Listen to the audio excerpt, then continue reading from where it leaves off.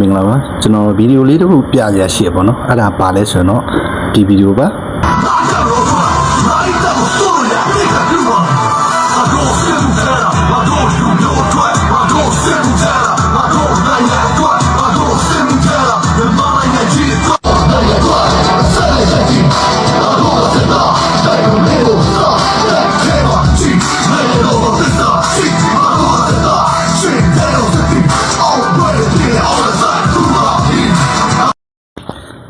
โอเค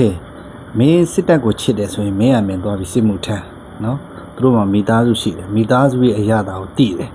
ရိုင်းပြောမယ်မစာမနာပြောမယ်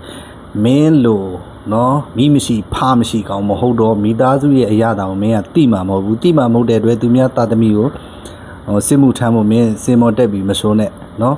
သူတို့မှမိသားစုရှိတယ်မိသားစုရဲ့အရာတာကိုတည်တယ်เนาะမင်းလို့မျိုးမစစ်ဘယ်သူနဲ့မွေးပြီးဘယ်သူနဲ့ယာမှမသိလို့သူများမွေးစားမှလူဖြစ်တဲ့ကောင်ဖြစ်တဲ့အတွက်မင်းကလူပတ်ဝန်းကျင်မှာမိသားစုဆိုတဲ့အရာသာမသိတော့မင်းပါဇက်ထဲမှာရှိတာပြောမယ်အဲ့တော့မင်း